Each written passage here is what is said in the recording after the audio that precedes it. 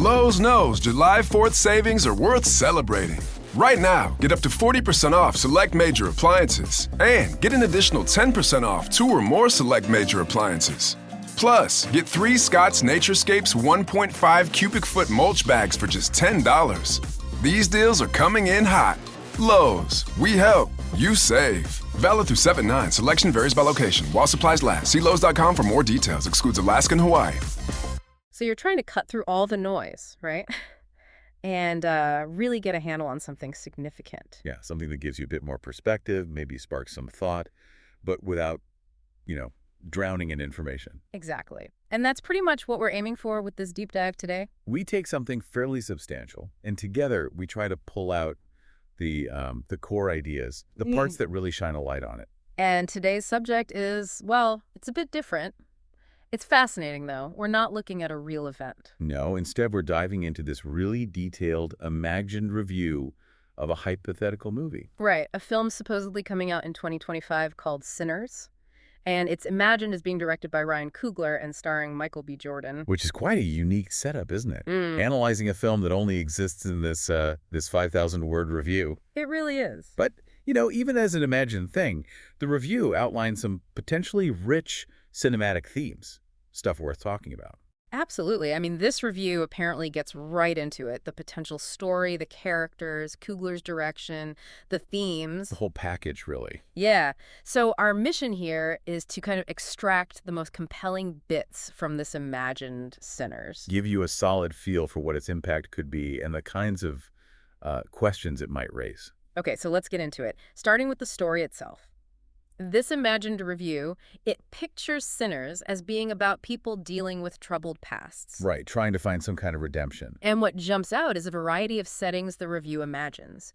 Gritty cityscapes, maybe isolated rural areas, even places like prisons or halfway houses. Yeah, and it suggests these places aren't just like backgrounds. No, they actively shape the characters' journeys. That's a really key point, I think.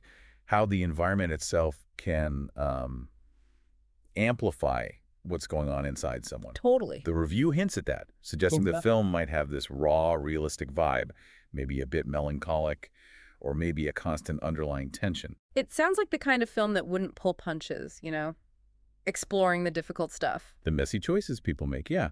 And the basic plot, according to the review, involves some central conflict pushing these characters. Could be personal, like someone battling their own history. Or maybe a shared moral problem they have to face. Oh. Or just that hard road towards forgiveness, perhaps. And, for anyone listening, that internal struggle is pretty relatable, isn't it? Definitely. The review maps out the expected plot, beats the thing that kicks it off, the rising action, the climax, how it wraps up. But it also mentions the possibility of a more deliberate pace. Right. Focusing more on the characters' inner worlds, maybe.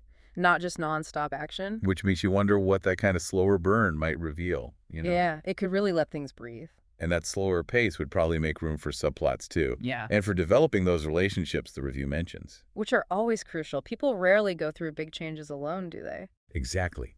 These other stories, these connections, they can really deepen the main themes. Like maybe a new relationship helps someone trying to make amends. Or maybe it makes things even harder. Right. The review also touches on potential plot twists. Oh, yeah.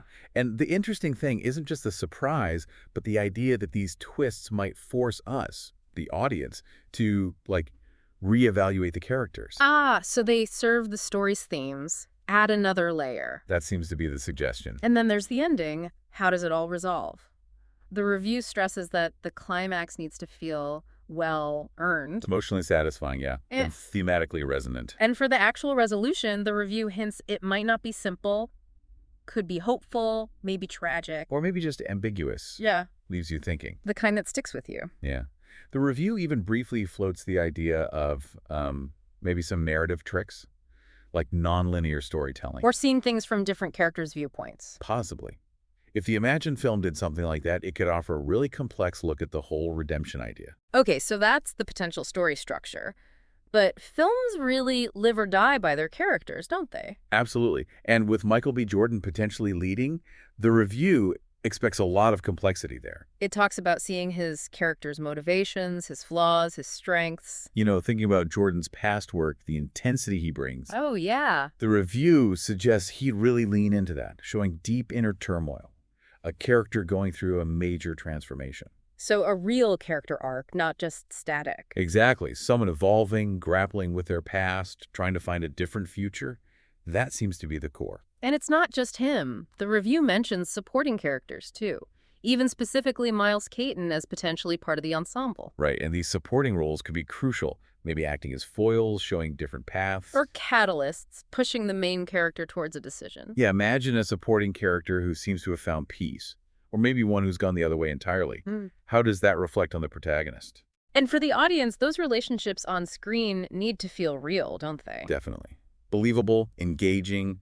They have to feed into the film's big ideas. How do these supposed sinners interact? Do they help each other, hurt each other, find understanding? Ultimately, the review sounds hopeful that the film would create really well-rounded, memorable characters, people whose journeys connect with you. So we have the story, the people.